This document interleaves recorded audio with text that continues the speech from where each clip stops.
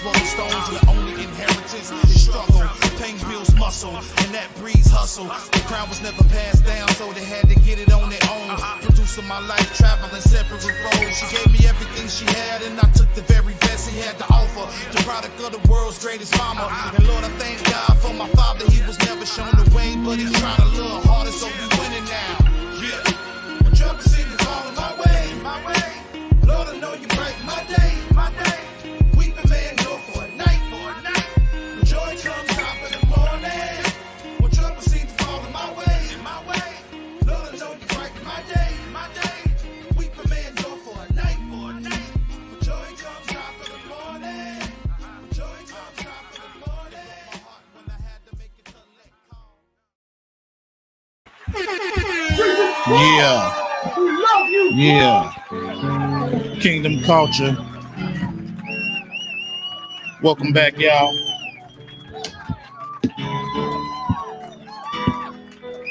Oops. Yeah.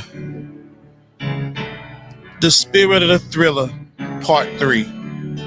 So we continue in this conversation about, the spirit of the thriller. Fear, death, witchcraft, sorcery, all these different things that are highlighted, celebrated at this time of the year. It's a lot of spiritual things going on. So, oh man, let's see. Oops, let me turn it off. Yeah. A lot of spiritual things, supernatural things going on. It's going on all the time. But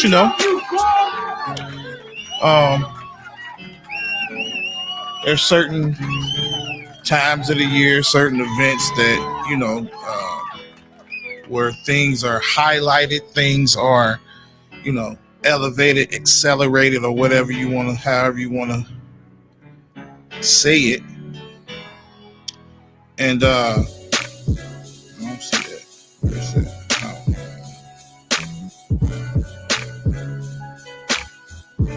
And we want to talk about it. So, first off, make sure you follow the squad on all our social media handles: Facebook, Instagram, and Twitter at Crown of Glory 360. Yeah. We reply back, we talk back, you know what I'm saying? Also, for any thing you want to holler at us about, get at us, any information, any, anything like that, email us, crownofglory360@gmail.com, So, and last but not least, make sure you log on to youtube.com/Crown of Glory 360, where you can find all our shows. Wednesday nights we get together and we do Kingdom Culture. It's a panel. Different people come on. Sometimes I'm on here rocking by myself. Sometimes I'm with the squad, but God's work will be done. You feel me? We love you, God. And we're going to keep this thing moving. Then, Friday nights, we get together for Push the Rock podcast. That's J1 Blessed.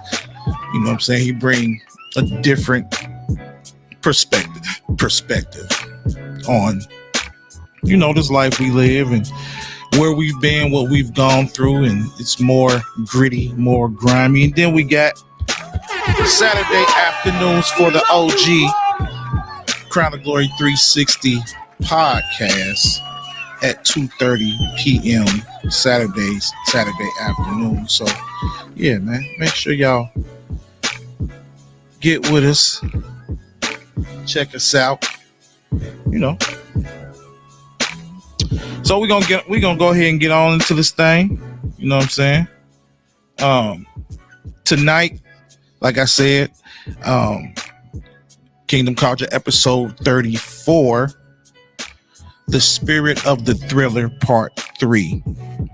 Of course, the thriller inspired by MJ. But in this October month, we got Halloween and we got a lot of different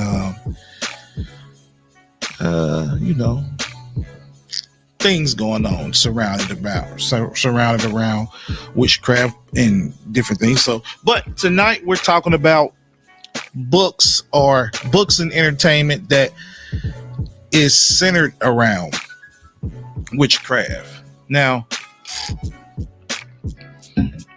again, I just want to reiterate that the conversation isn't about whether or not you are saved or unsaved. Like I said, usually on Kingdom Culture, I'm talking to kingdom people, kingdom-minded people of varying different maturity levels. You know what I'm saying? But this is geared towards kingdom people who believers. Unbelievers are welcome, but a lot of the information, a lot of the conversations we're talking about kingdom culture, what we should be doing, what we are doing, what we're not doing in the kingdom, within the confines of the kingdom.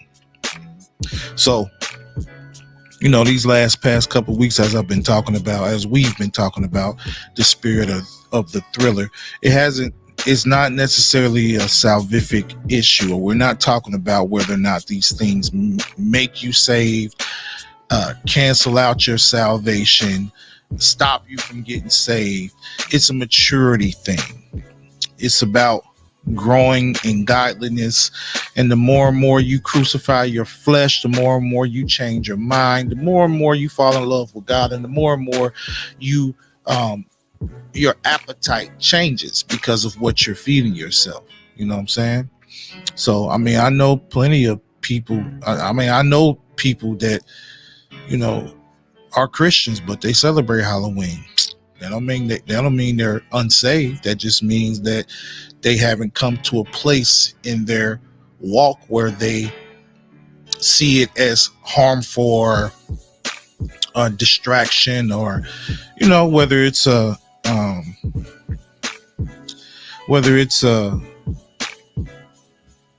medium that can open doors, or thoughts, or culture, counterculture. That's the whole point, kingdom culture, and these things are counterculture. So, and then of course, there's people that watch scary movies and horror movies, and it don't mean they ain't saved. It just means that maybe they're desensitized and their appetite for what they watch. And just like I talked about last week about how I watch from time to time. I haven't been lately, but I used to watch Walking Dead all the time. You know what I'm saying? But I didn't watch it for any occult reasons or to be scared or startled, because I don't get like that at all. I never have off scary movies. I don't, because they're predictable. But I had my reasons for watching. It's kind of it for me. The Walking Dead is a reflection of this world that we live in. Some people are, but neither here nor there. So tonight, I know people that love the Lord of the Rings and the books, and love Harry Potter, the books, the movies, the all that, and you know what I'm saying? And it don't mean that they're not saved. It just, maybe they are unaware of the supernatural aspects, or maybe they are not sensitive to the material, or the presentation or whatever. So it is what it is. So we're just here to have a conversation about it, and I'm gonna present a couple things. I got as we go on, I got a couple scriptures that kind of outline the idea and set the table for what we got going on tonight. Then I got a couple video clips that also shed even more light. I have in the description on YouTube all of my resources, everything that I present in this video, the links. You can check it out for yourself. We ain't gonna watch the whole video. We ain't gonna go too deep all into it. We ain't gonna broadcast somebody else's stuff like that. But I'm gonna show a good little chunk of it, man. And y'all do it's come down to a heart position, heart issue. You know what I'm saying? If you watch this and you still feel like you fine, then it is what it is. If you watch this and you feel like you probably need to alter your audio video diet, then it's all to the good too. But either way it go, as long as you continue growing, continue falling in love with the Father, these things will automatically fall off you anyway. You won't have a taste for the music you used to listen to, or the places you used to frequent, or the ideas you had, or even the overall idea and plan for your whole life will totally be shifted to the kingdom. I can not to go down a list, but I remember I have in my mind things that I used to want for myself in my life 5, 10, 15, 20 years ago. I said, one day I want this and this, and a lot of those things are totally not in my list of desires. Like surrendering and falling in love with the Father just totally reprograms your heart, reprograms your thought life, reprograms what is important to you, what you are entertained by. You know what I'm saying? Things that I used to be entertained by maybe even last year, because this is a continual thing. We're going to continue growing. We're going to continue evolving into who we are supposed to be in Christ Jesus. And like I said, things will change, but things that I used to laugh at or that I used to entertain, I'm repulsed by a lot of that stuff. Music and movies or jokes, or it's just like and it's not by my doing. The only, what I'm saying, I just surrendered and allowed God to come in and rearrange the furniture and slap a new coat, paint a coat, or rip or take down some paint or whatever, and just redecorate my heart, redecorate my mind, redecorate my spirit, and rebuild me into a new creation. You know what I'm saying? And it's a process. So, you know what I'm saying? We ain't here to dog nobody out and nothing like that, or condemn nobody, but I just want people to look at things a little different maybe than you have before. So Kingdom Culture, episode 34, the spirit of the thriller. So, does witchcraft actually have power? And if so, what is its Source. Who bothered me? Let me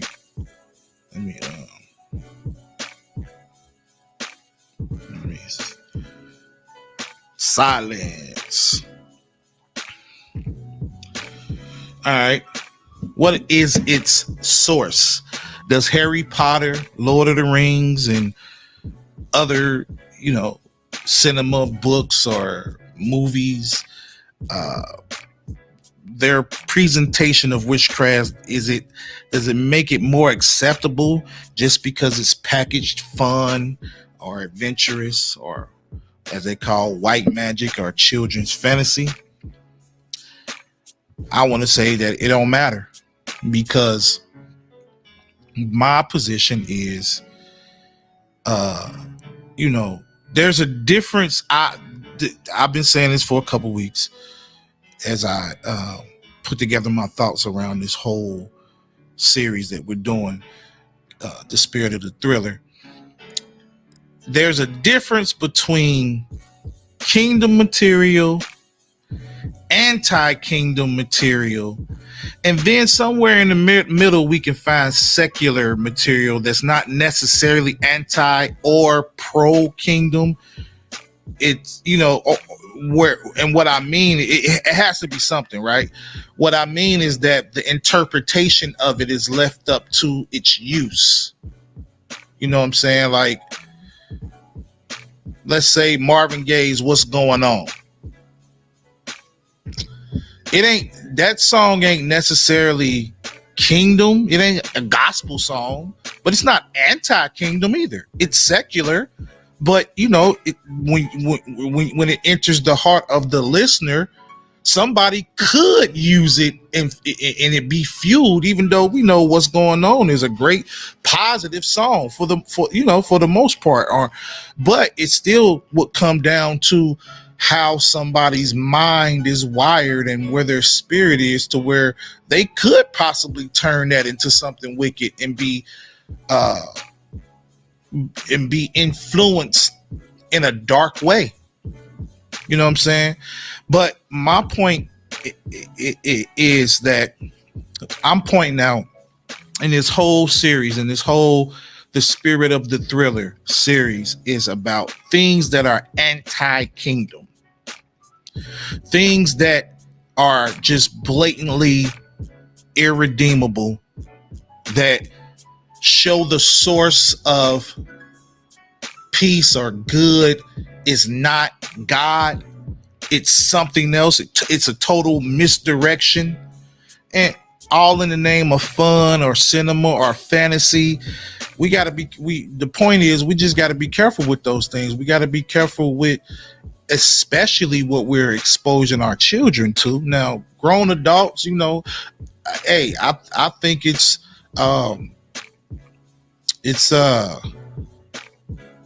potentially dangerous even for adults. You know what I'm saying? Because just of the foundation of now, I do want to, before we go on to, there's a difference between the writing of, there's a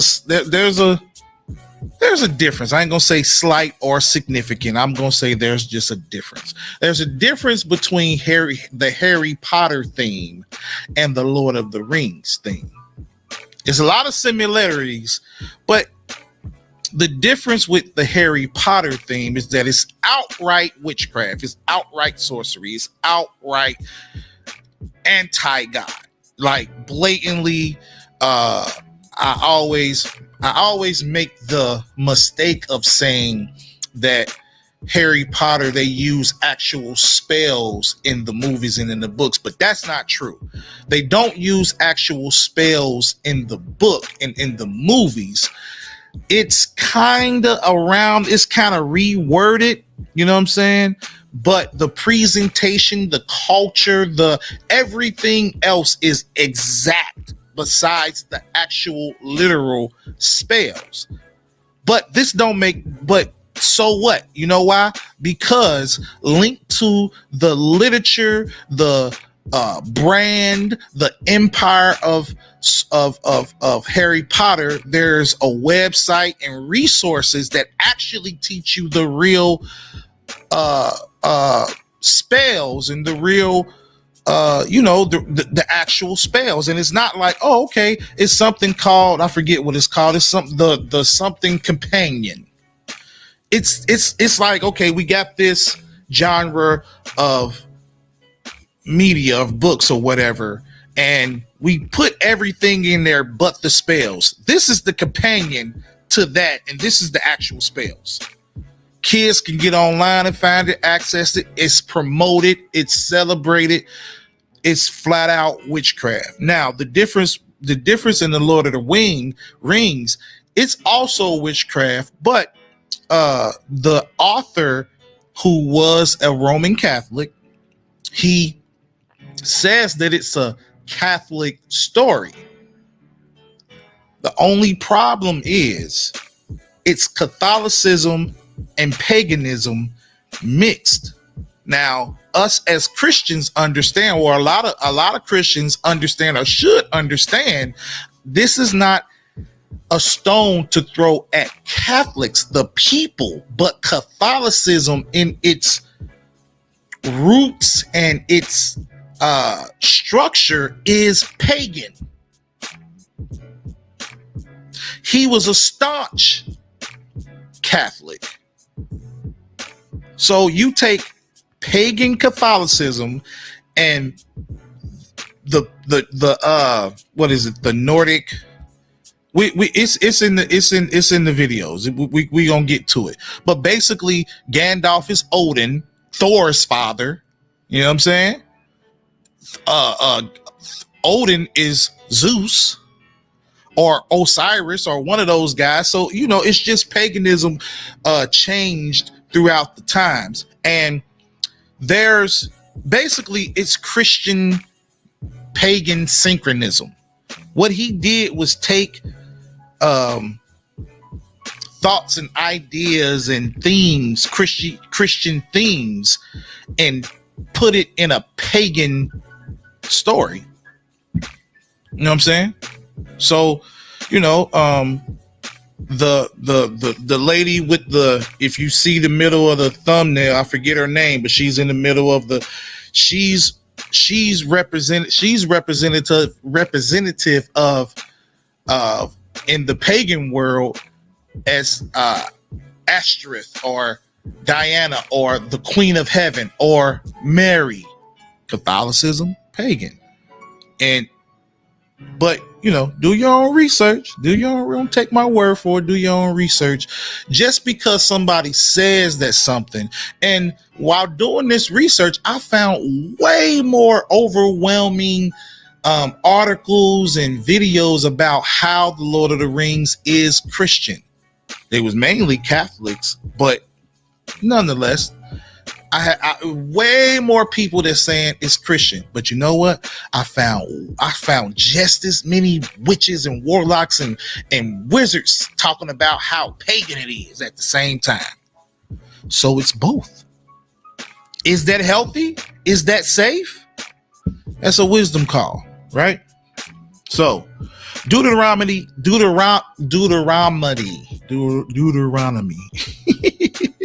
18:9 through 13. 18:9 through 13 says, when you come into the land that the Lord your God is giving you, you should not learn to follow the abominable practices of those nations. The Israelites coming out of Egypt, coming out of one pagan system, going into the promised land full of giants, full of pagans, full of Nephilim practicing and serving other gods. You don't go into these natures and practice and follow the abominable practices of those nations. There should not be found among you anyone who burns his son or daughter as an offering, anyone who practices divination or tells fortunes or interprets omens, or a sorcerer, or a charmer or medium, or a necromancer, somebody that contacts and is, you know, infatuated with the dead or whatnot, or one who inquires of the dead, necromancer.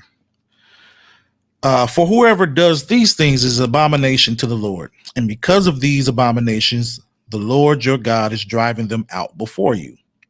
You shall be blameless before your God, before the Lord your God. Right. So then Isaiah 47, 9 through 15. These two things shall come to you in a moment, in one day, the loss of children and widowhood shall come upon you in your full measure. Come upon you in full measure. In spite of your many sorceries. So he's talking to pagans.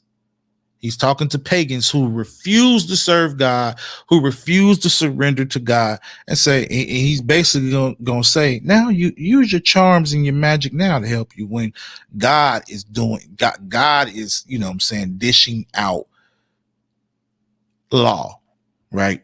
So we say, shall come upon you in full measure, in spite of your many sorceries and the great power of your enchantments. So that's to say that there is true power in this occult witchcraft. You know, there's true power. It's power. It's not kingdom power, but power nonetheless. You know what I'm saying? What up, Clarence? What's happening? So get out of there. Get out of there. You felt secure in your wickedness. You said, no one sees me. Your wisdom and your knowledge led you astray. And you said in your heart, I am, and there is no one besides me. That sounds like a lot. That sounds like today. You felt secure in your wickedness and said, no one sees you. It's blatant. And the reason why topics like this and breakdowns like this is so important is because it's a gradual thing. You know, when I was little, I'm 43 now. When I was little, man, you never would have saw what we see on TV was being promoted. Witchcraft is an actual religion, like sanctioned by the government. They get tax exempt. It's a religion. Real deal. They take it serious. The army got a Wicca chaplain and everything, right? Yeah, it's a real deal. They ain't playing out here. But evil shall come upon you, which you will not know how to charm away. Disaster shall fall upon you, for which you will not be able to atone, and ruin shall come upon you suddenly, of which you know nothing. Stand fast in your enchantments and your many sorceries, with which you have labored from your youth. Perhaps you may inspire terror. You are wearied with your many counsels. Let them stand forth and save you. The people that you inquiring, the mediums, and let them save you. This reminds me of when Pharaoh had his magicians come up against Aaron and Moses, and they threw down their staff, and the Pharaoh's magicians, theirs turned into a snake, and or was that Elijah? One of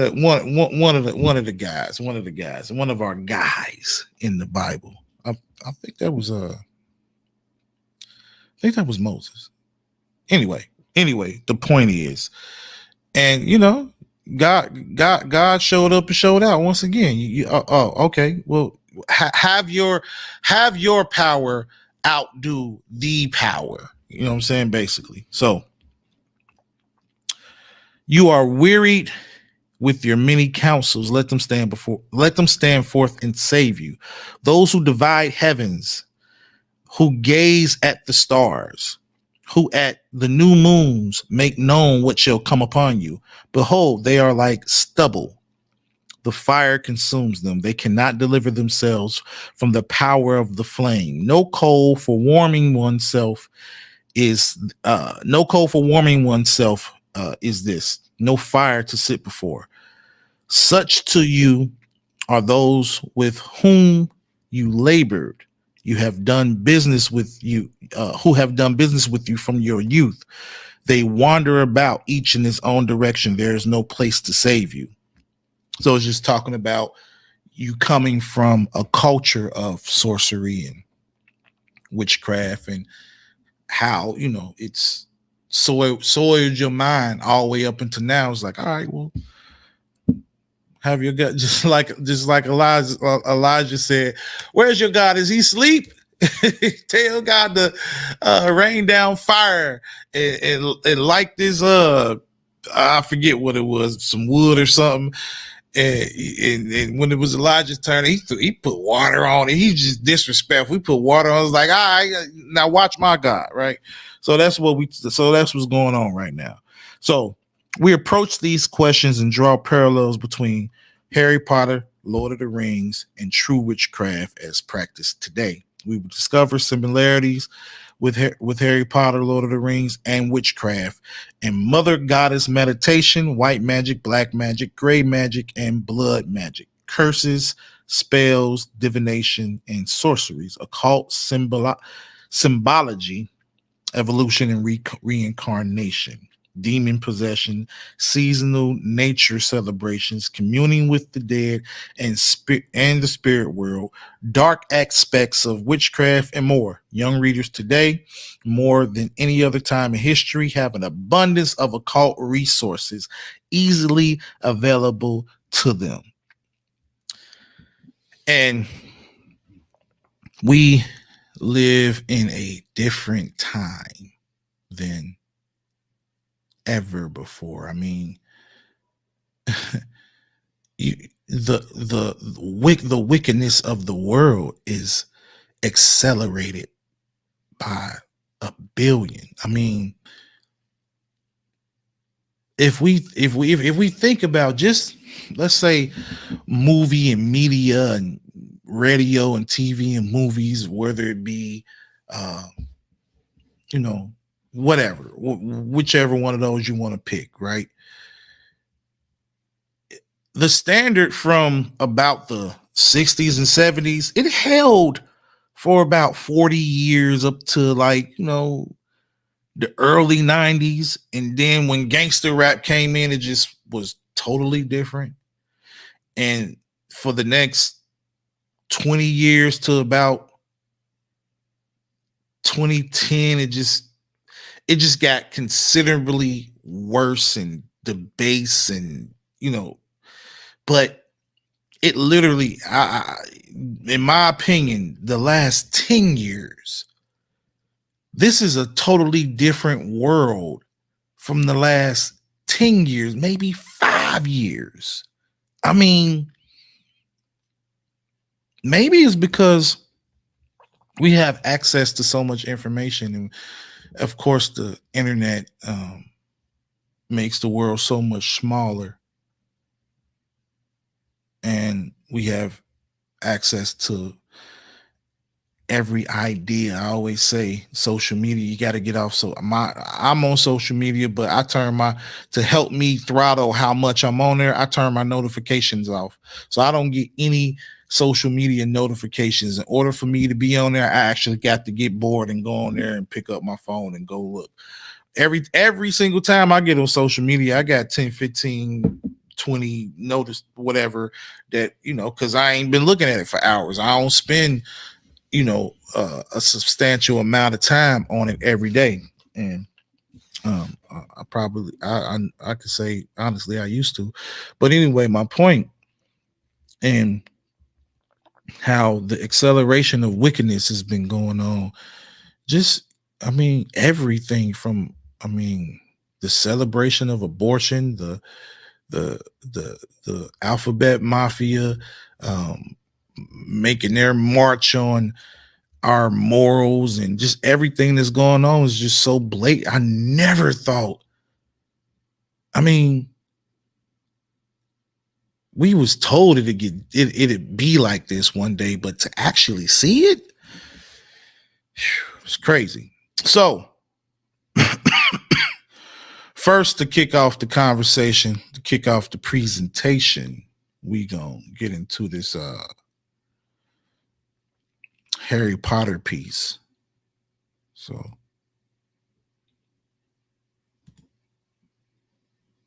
what did I do?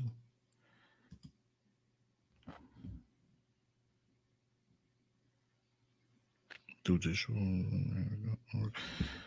Okay.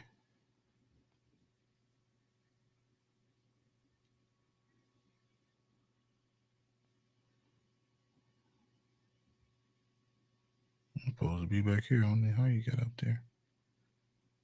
There you go. Wow.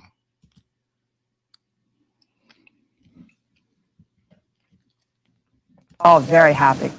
Right. Well, what makes you happiest about it? Is it the sales, or is it the fact that kids are really loving to read now? The children run into the store, want to buy the book, and sit down and start reading it before they leave the store.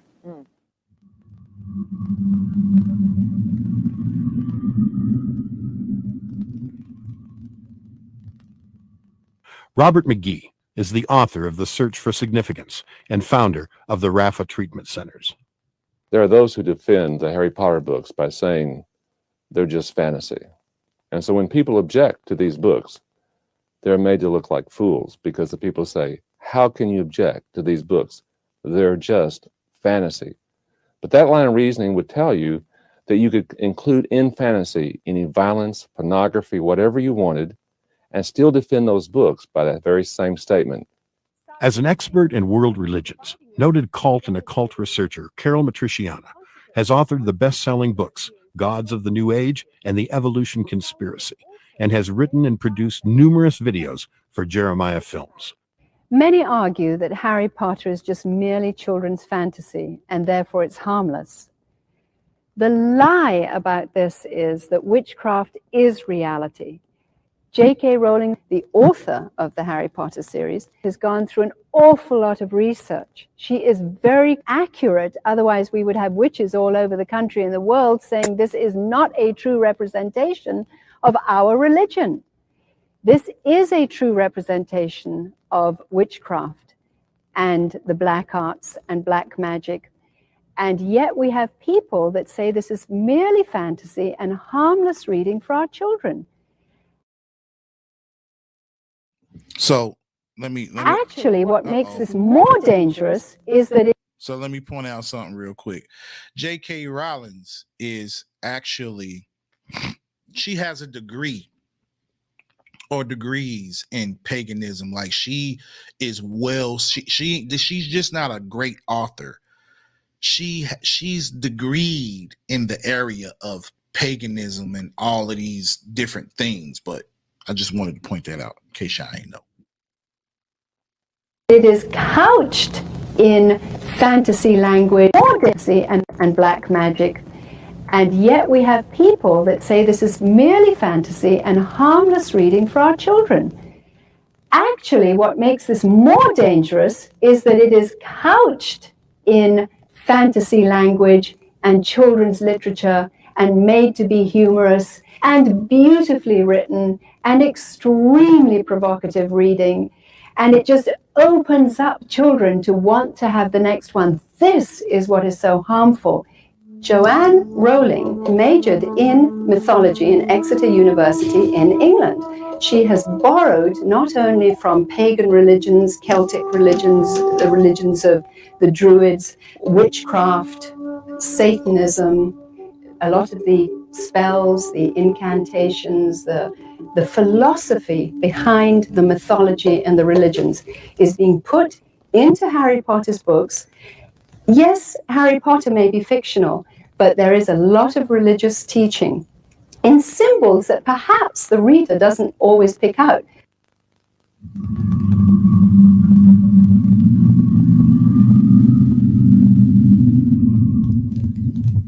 The actual word potter, if you ask a pagan, a witch, any knowledgeable expert in the occult or hidden arts, the potter is the female goddess, the goddess of Babylon, who was considered the potter who created human beings from clay.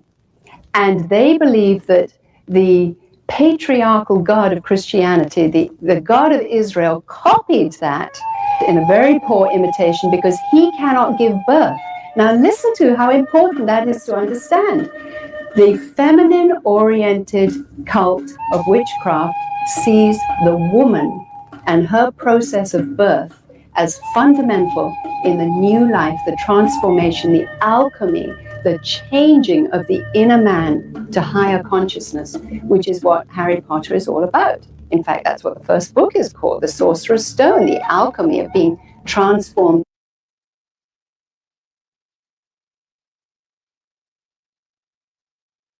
I don't know what I did. Oh shoot! Harry Potter's. What in the heck?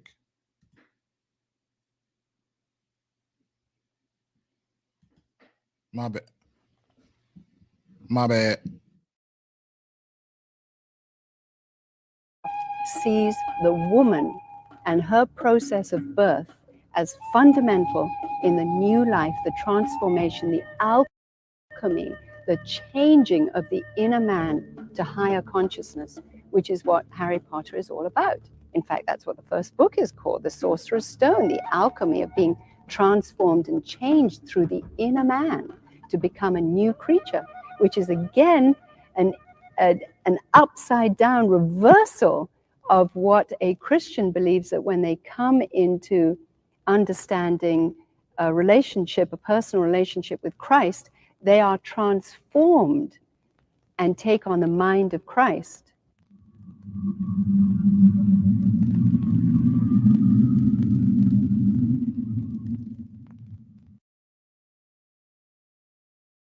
So what she was just talking about was just the way of reprogramming your thinking around spiritual things, around God, and we're talking about kids. She's going to get into how scholastics is here. If y'all remember scholastics, but they made the books. They had a big hand in what we used to read in school.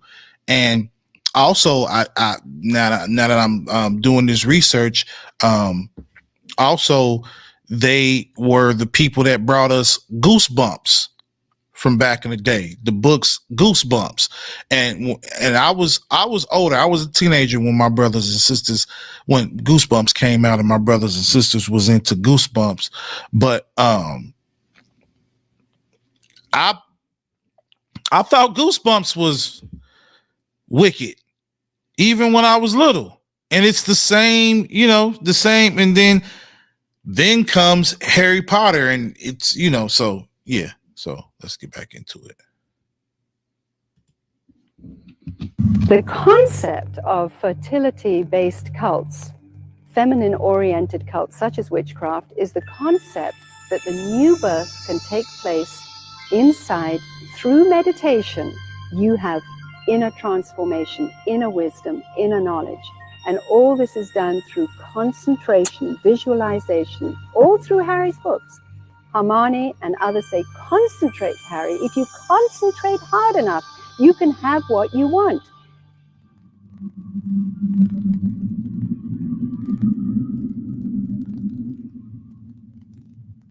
One of the arguments is that Harry Potter's series does not actually teach witchcraft, that it is not teaching the concepts of Mother Goddess and her consort, the Horned God, which is essential to the fertility cults or the fertility-oriented witchcraft religion. And yes, there are the concepts of Mother Goddess being taught, because Harry's mother gave her life for Harry. The sacrificial death that she gave through love is a symbolism of goddess worship. It's an inversion, if you will, of God the Father, whose Son gave his life in love for his people.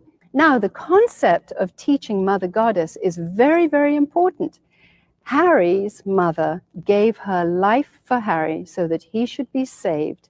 And through this love sacrifice, Harry was protected from death. Now, this concept is brought up several times. In fact, it is so important in witchcraft and pagan thinking that Voldemort, Harry's arch enemy, takes a vial of blood from Harry in book number 4 in order to have the blood run through his own veins in order that he can be resurrected and have a body. That is how powerful the blood sacrifice is.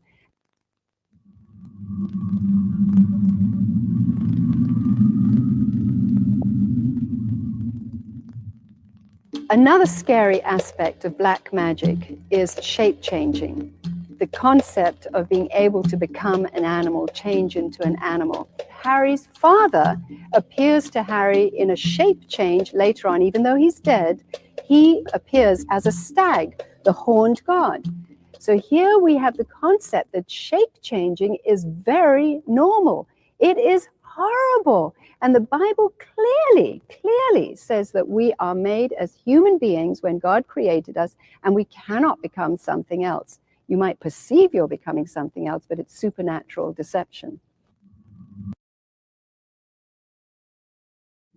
Reason why all this is a big deal is because it's conditioning. It's conditioning for us to think in a different way. Everything is conditioning. And it just, like I said, it's about wisdom. It's about using wisdom on what you allow to condition your thinking, what fruit you're going to eat, what entices you, what entertains you, what holds your attention. You know what I'm saying?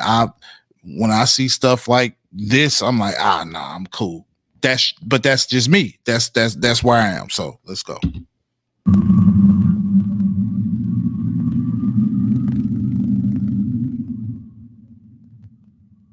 The evil Lord Voldemort also went to Hogwarts School of Witchcraft and Wizardry with Harry's parents.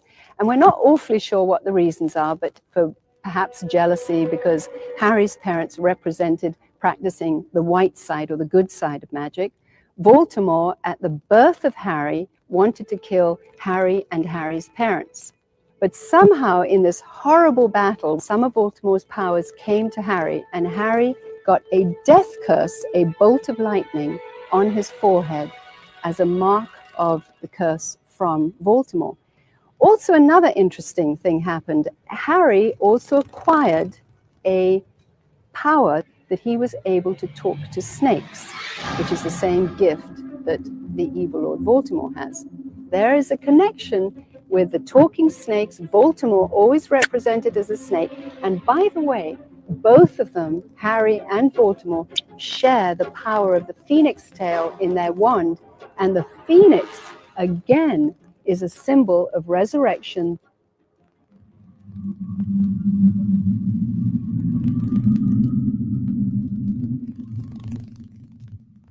Witchcraft is a religion. It gets tax-exempt status.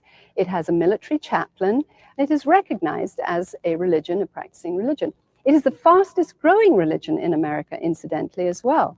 I regard myself as a natural witch. One thing I want to point out is this video is over 20 years old. This was right, as you see up there, it said 2001. This is, so it's way more accelerated and exaggerated now. Real talk. Let's go.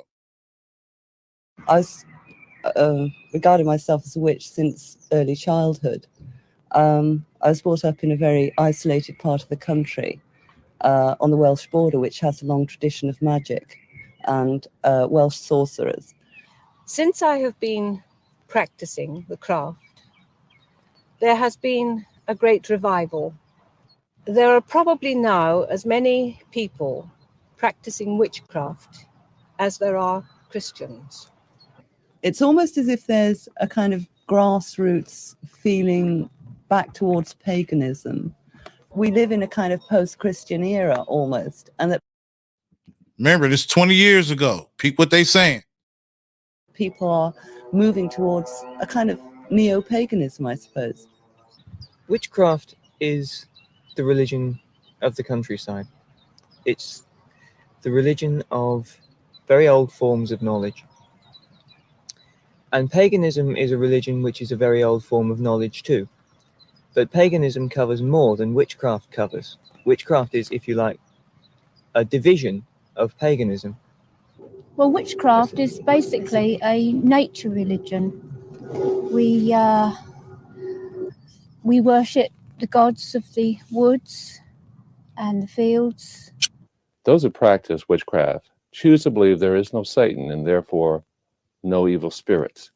Yet they report experiencing spiritual powers from which they receive their power. Refusing to label these powers evil, they choose to believe their origin is either from nature or natural from within, but neutral. When I was a child, I was very aware of nature's spirits, those which are called diva or local gods. We learn as practicing witches to tap into forces of nature and to actually, if you like, send out a spell or an invocation in a very powerful way.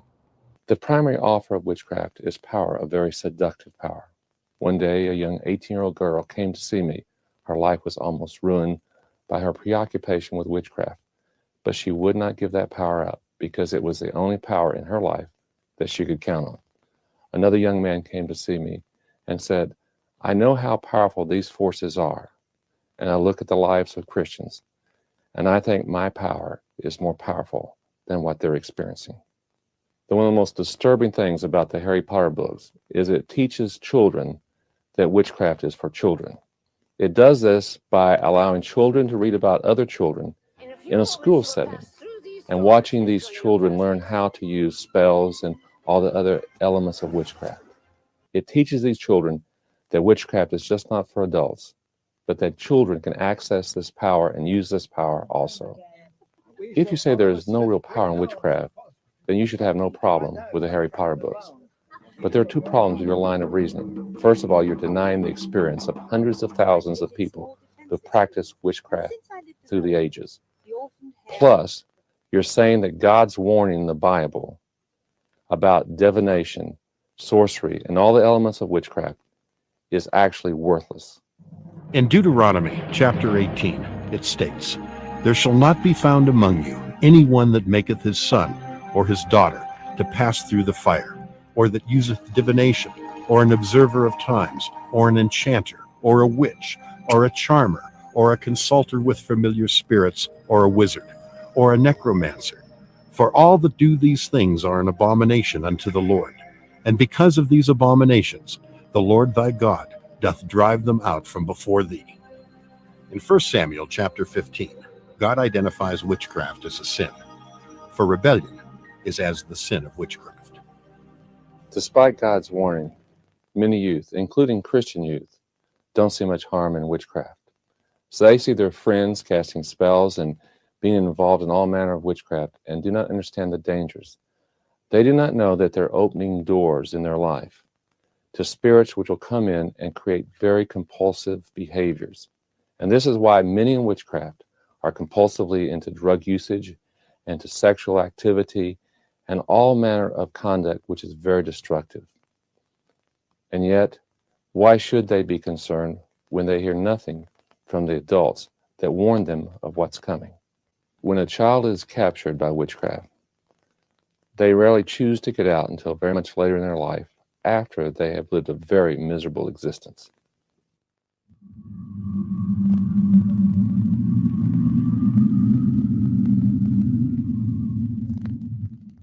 The giant introduces Harry to the paraphernalia of witchcraft that Harry is going to now use in his boarding school, Hogwarts.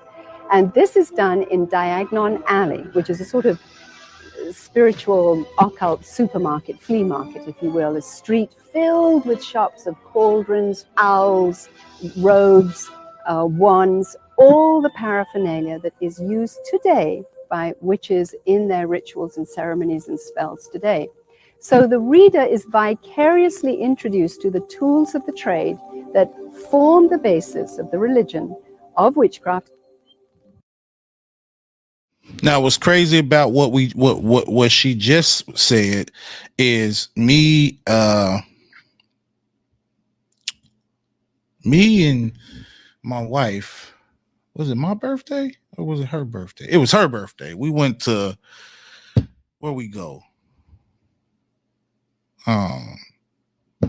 Jungle Gyms, right? Went to Jungle Gyms, right in the front where all the games and the toys, everything she just said was there, marketed for kids as toys, wands, Ouija boards, all that stuff, right? And I'm just looking like, yeah. So yeah, just thought that was, go back.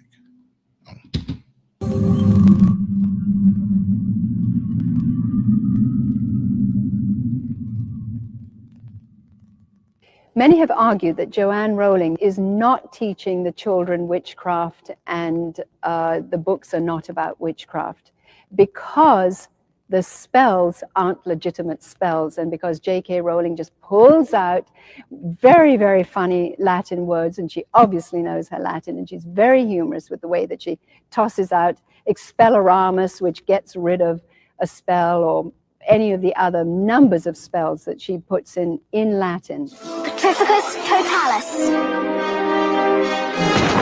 The principle is that if you learn certain words, you can have power. And the books, the Harry Potter series, are connected to websites that get you into arenas where there are experts at teaching you the spells, the legitimate spells. What the reader is being introduced into in Harry is that there is legitimacy in rituals and spells, which are a sort of another word, let's say, of repetitive prayers, as Jesus said in Matthew, that don't be like the Gentiles and the pagans that just repeat their prayers for what they want. Queen of heaven, queen of hell, horned hunter of the night, lend your power unto our spell, and work our will by magic right. This is what spells are: repetitive prayer, which sort of induces a self-hypnosis that gives you the idea that your inner potential power, your psychic abilities, can bring about what you are visualizing in your head.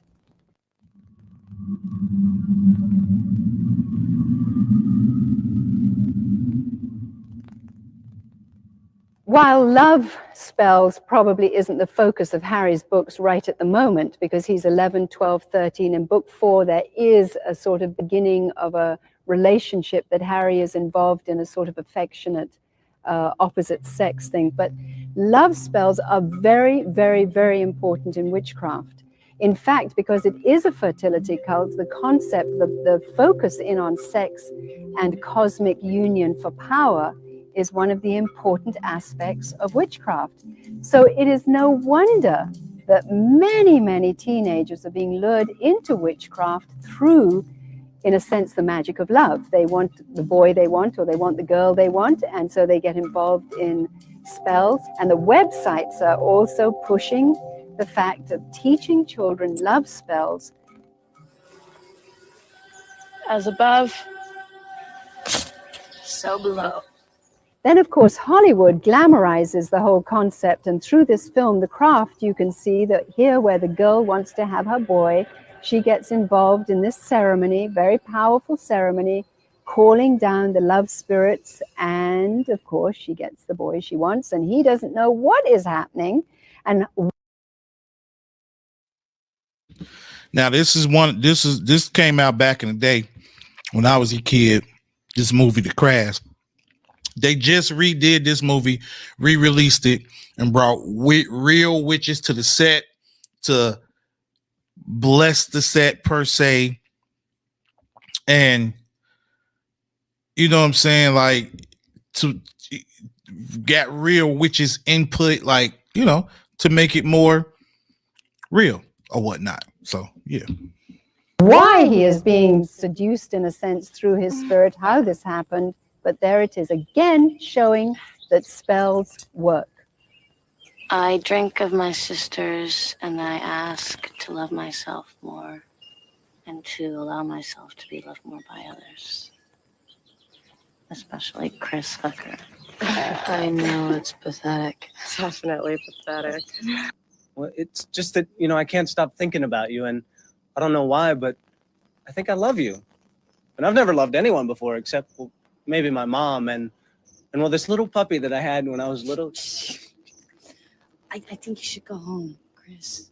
No, Sarah, wait, please, Sarah, please. Look, I don't know what's happening to me. I can't eat. I can't sleep. Can I help you? No, nobody can help me.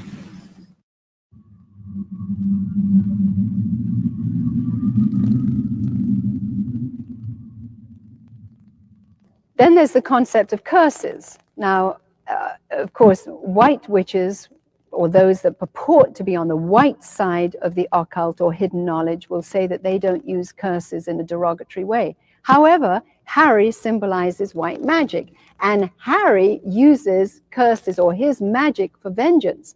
When his auntie says something horrid about his dead mummy and calls her a name that Harry doesn't like, he does magic on her, and she blows up. She gets bigger and bigger and bigger and bigger. And that is very, very cruel magic. And that is a curse and the sort of extension of spells that Harry is learning. So the reader is learning that they can be involved in vengeance through curses, and perhaps the curses in Harry Potter's books aren't legitimate curses, but once again, they can go to the websites to get legitimate curses. But the point is that here is a practice that God finds so distasteful, because he says that vengeance is mine, and we are not to retaliate and cause poison through curses to our enemies. Harry Potter isn't the only book that's going on and on teaching the readers that curses have power. Hollywood also is showing us that curses have power. There's this graphic scene in The Craft that shows that a girl has upset another girl, and so there's a little braiding in the scene here that she wants to put a curse on her through her hair falling out, and through the power of the curse and the rituals and whatever words are used, the hair falls out, and this girl is screaming and writhing and says she doesn't know what's happened, and of course she has no idea of the curse. But what's being told to the viewer is that there is power in curses, there is power in magic.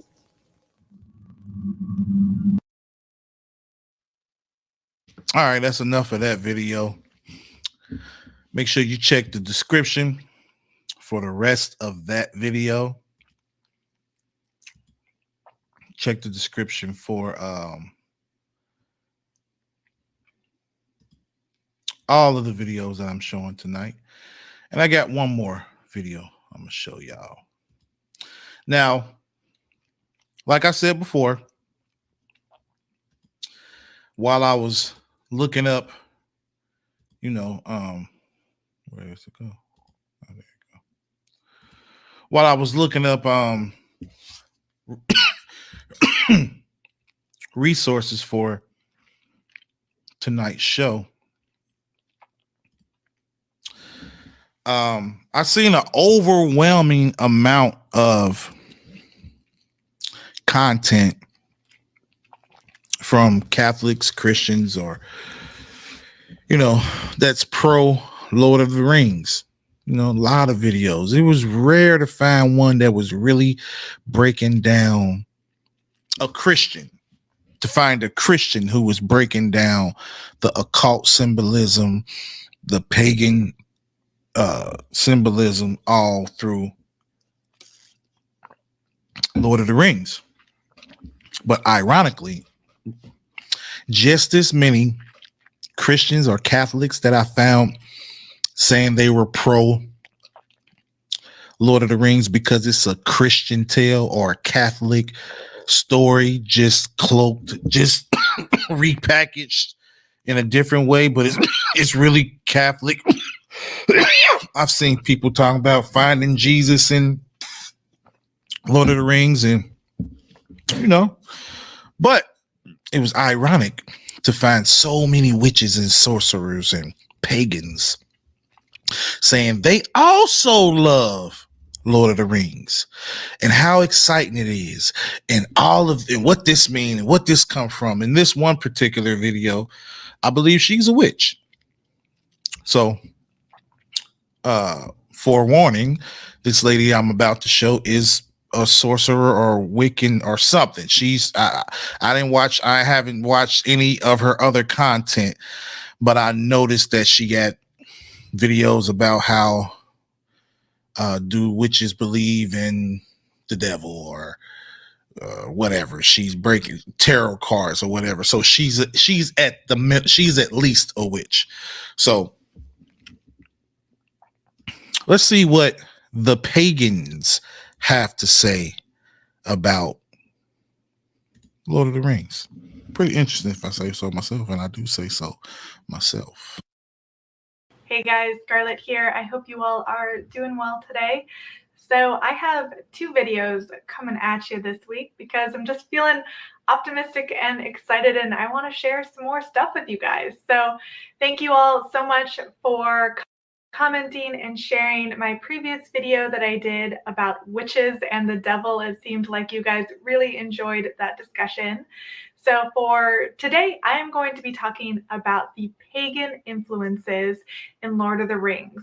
So what specifically inspired Tolkien when he was writing Lord of the Rings? And before I jump into that, again, I just want to give you all a big hug to my returning subscribers. Thanks for coming back and watching another video with me. And for anyone new here, welcome. I post weekly and sometimes bi-weekly videos about tarot, paganism, and magic. So if those are topics you are interested in, do please consider hitting that subscribe button down below. So let's jump into it. So I am going to be Don't like or subscribe to this madness.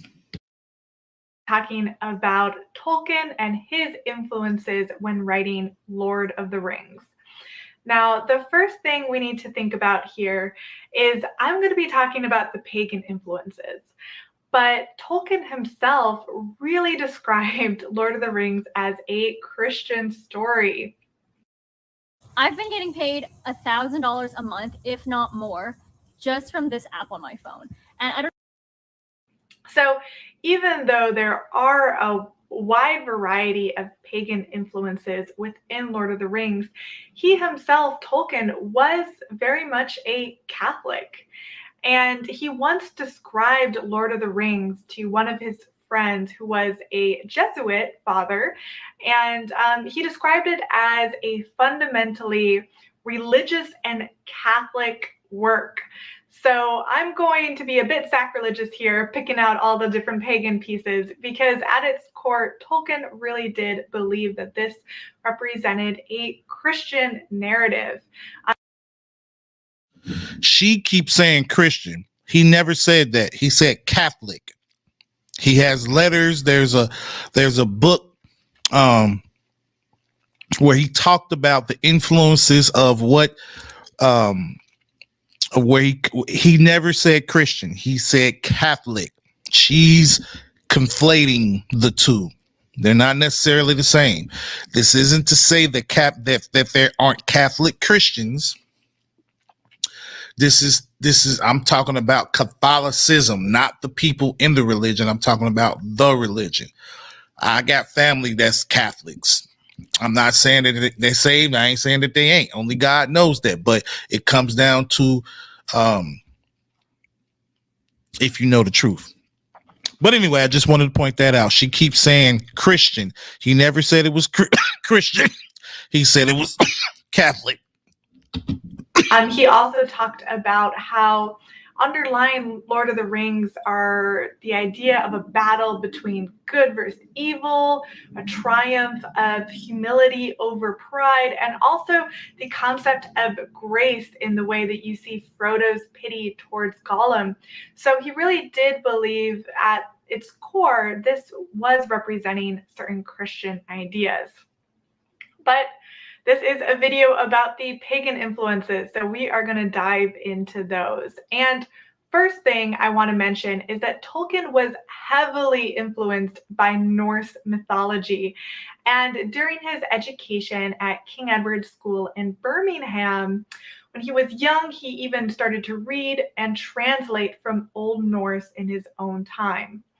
So not only was he inspired by the myths, but also the construction of the Norse language.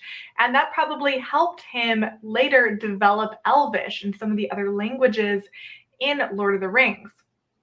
And then later, when he was a professor and teaching at the University of Leeds, he founded a club called the Viking Club, which was an informal gathering of philologists and fellow historians who specialized in the Germanic and Scandinavian languages. And members from this Viking club would meet regularly to read the old Icelandic sagas, medieval poetry, and the various Norse myths. We also know that one of Tolkien's first Norse purchases was the Volsunga saga, and I apologize for these pronunciations.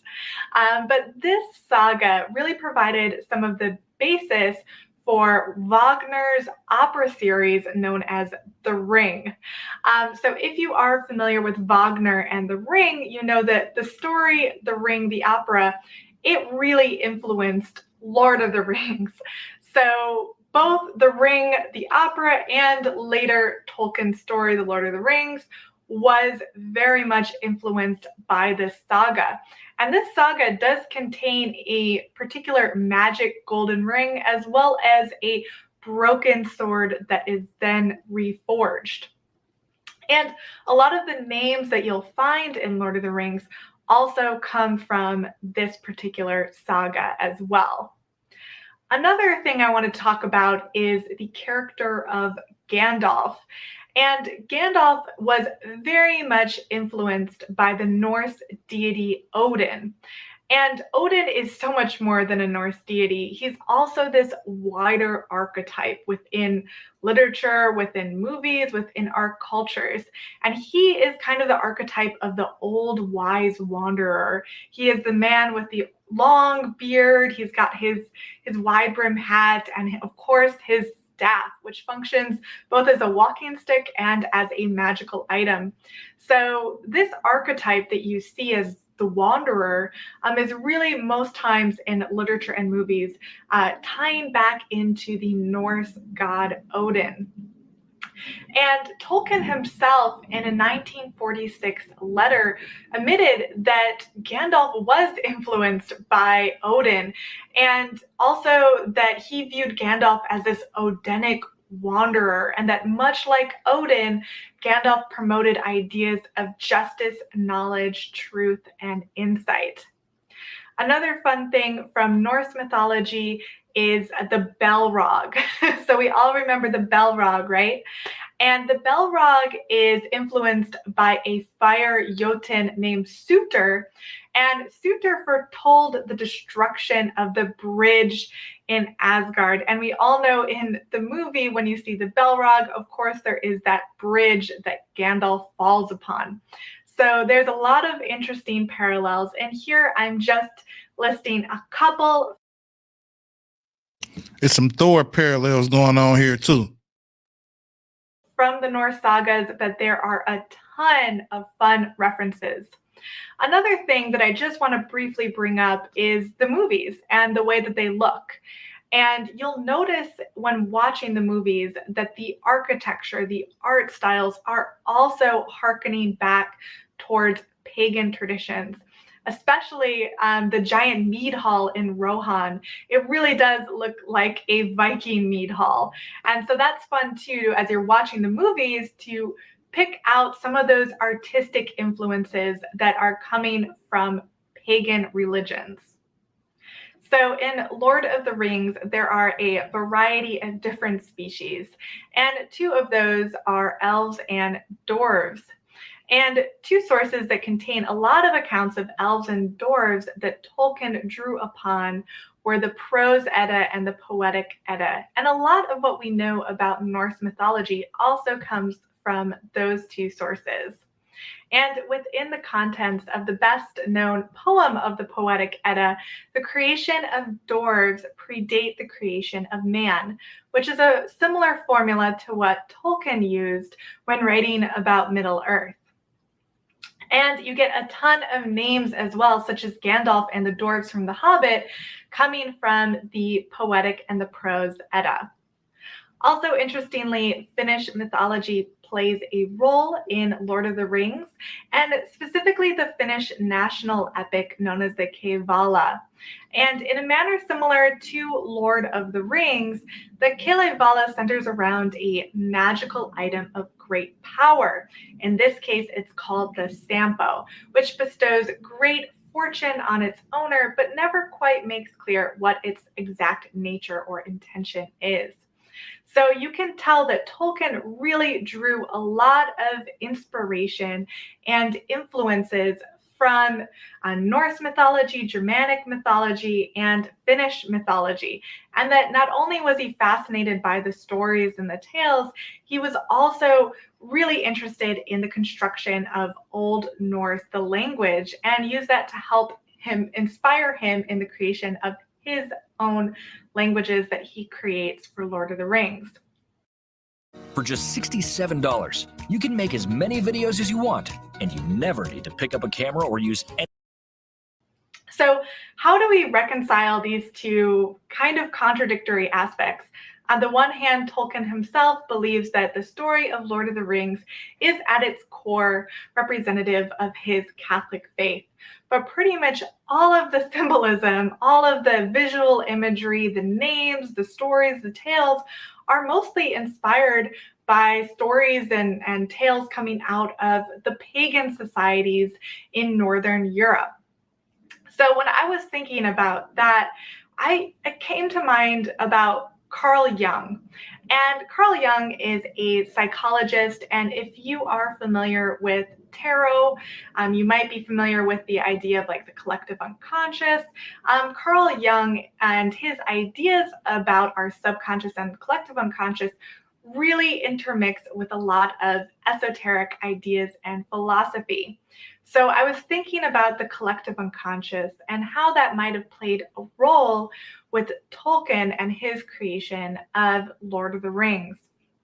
And I was also reading this book here recently, The Return of Odin, The Modern Renaissance of Pagan Imagination. And there was a quote in here talking about Carl Jung and the collective unconscious. And I want to read it to you because I think it can provide perhaps some insight into how Lord of the Rings is an interesting combination of Christian and pagan influences. Exactly what I was saying. A mixture, synchronism, universalism. There's no such thing as a Christian or Catholic presentation mixed with paganism. That's not how it works. But anyway. So in this book, it writes that Carl Jung developed a more general belief that the ancient mind was still alive in modern man, albeit hidden and suppressed.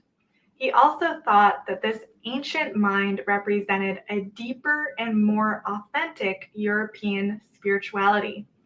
Much of his professional and personal life was dedicated to bringing this pagan legacy back to light in order to make it conscious once more.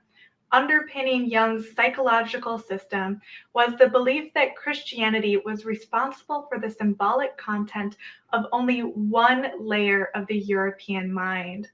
Beneath it lay another level that was pagan and could show its presence through spiritual imagery that was pre-Christian in origin. So the ironic part about what she just read from Carl Jung's book is Catholicism at its root. It's taking Christianity and then bringing in a whole bunch of other stuff from things that predate Christianity and making it part of the story, part of the theology. That's the same thing that was done with Lord of the Rings. The exact same thing. I digress. So that concept of layers of the mind really resonated with me when I was thinking about Tolkien and Lord of the Rings. On this one level, you do, of course, have Tolkien himself and his Catholic upbringing and his belief and worldview excuse me, within this Christian context, but perhaps underneath it simmering was this collective unconscious. Meaning that God ain't enough. Christianity ain't enough. Catholicism ain't enough. I mean, you know, he needs more. He got to add in everything. Hey, here I go. Just connecting him with his own ancestors, with his own pagan ancestors and the stories of old pagan Europe that somehow bubbled up a bit when those creative juices were flowing, and that helped inspire and direct his creation of Lord of the Rings. So also to speak on the creation and the creative bubbling up, he wrote in a biography or one of the books. It's in the description. There's 2 more videos. They're long though, but if you care about the info, you'll watch them. If you want, if you're on the fence and you're trying to figure out what is this feeding me for Christians? What is this feeding me? What's the roots of it? I want to look deeper into it. It's another video. I didn't we ain't gonna play that one, but in that video he talks about how the author writes in a book or a letter, one of the two. He writes about how he was inspired to write Lord of the Rings. He basically, to paraphrase, he basically wrote part of it and then he surrendered to a higher or a deeper consciousness and it wrote it the rest of the way. Now, it wrote the rest of the books or the rest of the stories. So that sounds like, to me, and anybody familiar with the occult, that sounds like to me what they call automatic writing. When a demonic spirit takes over a person's faculties and they write. This is known. They write all kinds of things. Whatever you can write, they write. He said that about writing the Lord of the Rings. He wrote part of it that he takes credit for, and I forget how he said it. He said, and then I surrendered, and the rest of it was written by an unseen force, never named, but always present, or something. You know what I'm saying? Don't sound like Yahweh, but let's keep going. We almost done with this one. So I would love to hear your thoughts on this video. I am not a Tolkien scholar by any means, so I do apologize. All right, so that's the end of that one. We out of here. So, We love you. if you're just now tuning in, you are rocking with the Mighty Royal Family. This is Kingdom Culture, the Spirit of the Thriller Part 3, where tonight we just continuing the conversation about let me get my theme music for the night, because we out of here. So, you know, just Jesus Christ! We love you, God! to put a couple things on your mind, you know, to have a conversation. Had a conversation. If you're catching this on the replay, all info is in the link in the description on YouTube. Check it out. Make sure you hit a like, share, subscribe. You know, just to open up the conversation, have a conversation to kick around some things, and you know, just be honest about some things. You know, if nothing that I presented to you tonight, either in what I said, what I read, or what I played, didn't move you one way or the other, hey, I'm praying for you. I'm praying that you continue to grow, as I do, as we all will. And at some point, I'm not necessarily saying about these books or this entertainment or whatever, but this walk is progressive, not as in, you know, not progressive Christianity, but your growth, your maturity is always happening. So I pray that you continue to grow. I pray that you continue to humble yourself, fall in love with the Father. Fall in love with the Father. He will yank up every root, and be honest with yourself. You know what I'm saying? See, a lot of the problem is we ain't honest with ourselves. We might hear something. I might have said something or read something or played something tonight that pricked you a little bit, and you could ignore it. I ain't saying change absolutely today. That's not usually how it goes. Sometimes we're graced with that type of turnaround and revelation, but that's not the point. The point is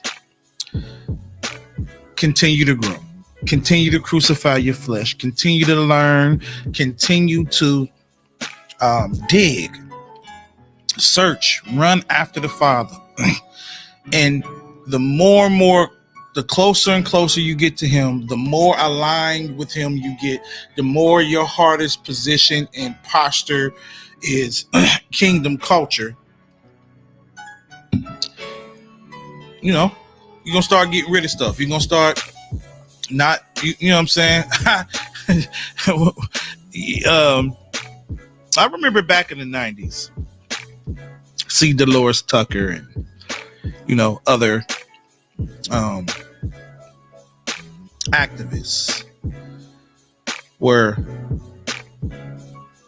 they used to take Tupac CDs and Snoop Dogg CDs, gangster rap CDs, and even some rock and roll CDs, and they used to throw them out in the street, and they would roll over them with a steamroller.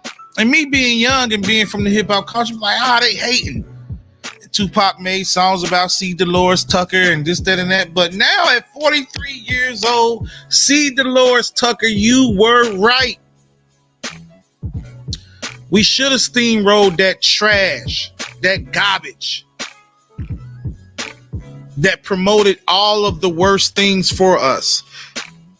But it took maturity to get to here today. So, you know, I pray that you keep on growing.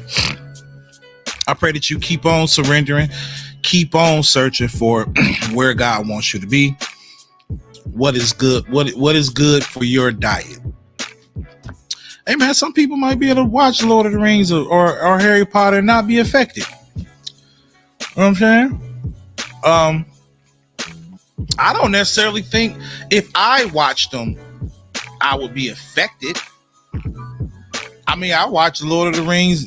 I watched the Lord of the Rings with my wife. She loved them. You know what I'm saying? But I wouldn't promote those things to my children. You know what I'm saying? I have a drink every now and then. I also wouldn't allow my children to drink. You know what I'm saying? So it's just wisdom. And then I've always been just totally turned off by Harry Potter.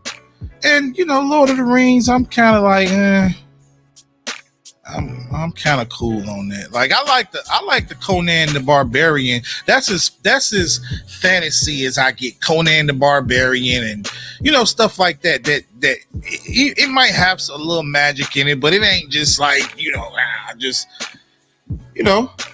But what I'm saying is, my point is, it's all about your appetite. It's all about you. You know what I'm saying? Some people can't be around alcohol, can't smell it, and some people can have a drink or two. You know what I'm saying? All things are. I'm about to mess up that scripture, but anyway, thank y'all for tuning in. We love you, God. This podcast is sponsored not in part, but fully. Thank y'all for coming out. Make sure you like us. Like, share, subscribe on all our social media platforms, Facebook, Instagram, and Twitter at Crown of Glory 360. Email Crown of Glory 360 for anything you need to email us. Crown of Glory 360 on YouVersion Bible app. Follow us. We always got a Bible study going on that's, if not exactly in line with what we're talking about on one of the shows, or it's close. So make sure y'all check us out on the YouVersion Bible app, Crown of Glory 360. Everything is Crown of Glory 360. YouTube / Crown of Glory 360, like, share, subscribe. Invite somebody out. Yeah, man. If you want to give Crown of Glory 360 on Cash App, you know, man, and that's about it, you know. Oh, well, we got a couple things. I ain't done yet, y'all. Give me a couple more minutes. Cause we ain't gonna forget the meat and potatoes. We gonna never forget the meat and potatoes if I can find it. There it is. Salvation. But what does it say? Romans 10:8-11. A call to salvation. But what does it say? The word is near you and in your mouth and in your heart. That is the word of faith that we proclaim. Because if you confess with your mouth that Jesus is Lord and believe in your heart God raised him from the dead, you will be saved. For with the heart one believes and is justified, and with the mouth one confesses and is saved. For the scripture says, everyone who believes in him will not be put to shame. Come on in, man. Come get you some of this glory, some of this grace, some of this love, all of this love, this righteousness. Come on in.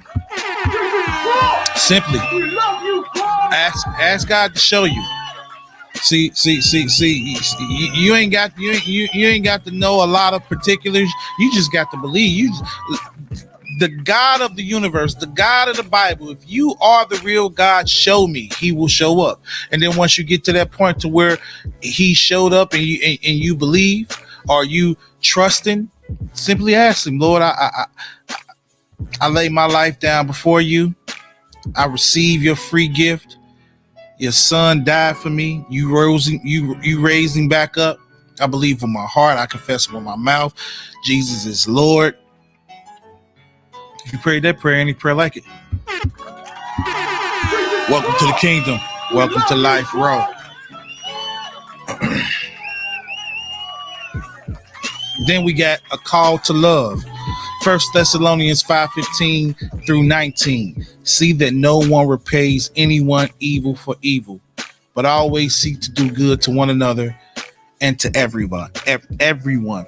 Rejoice always, pray without ceasing, give thanks in all circumstances, for this is the will of God in Christ Jesus for you. Do not quench the spirit. And that's all, folks. Like we always say, like we always do, no matter where you go, no matter what you do, always remember to be salt and light and walk in godliness. We out. Anyone comes to me and put anything or anybody before me in any capacity, that's your child, that's your mama, that's your wife, that's your friend, that's yourself. If you put you before him, it'll be my disciple. I need you absolutely surrender to me because I got something for you. I put a deposit in you, and I need my ROI. Yeah. For this reason, since the day we heard about it, we have not stopped praying for you, asking specifically that you may be filled with the knowledge of his will and all spiritual wisdom, with insight into his purposes and to understanding of spiritual things, so that you will walk in a manner worthy of the Lord, displaying admirable character, moral courage, and personal integrity, to fully please him in all things, bearing fruit in every good work, steadily growing in the knowledge of God, with deeper faith, clear insight, and fervent love for his precepts. We pray that you may be strengthened and invigorated with all power, according to his glorious might, to attain every kind of endurance and patience with joy, giving thanks to the Father, who has qualified us to share in the inheritance of the saints in the light. Amen. Love y'all. There's 2 point of views that's needed in that, in the marriage aspect. You know, those who have this. Leave the sound effects to me, bro. Don't make me mute your mic.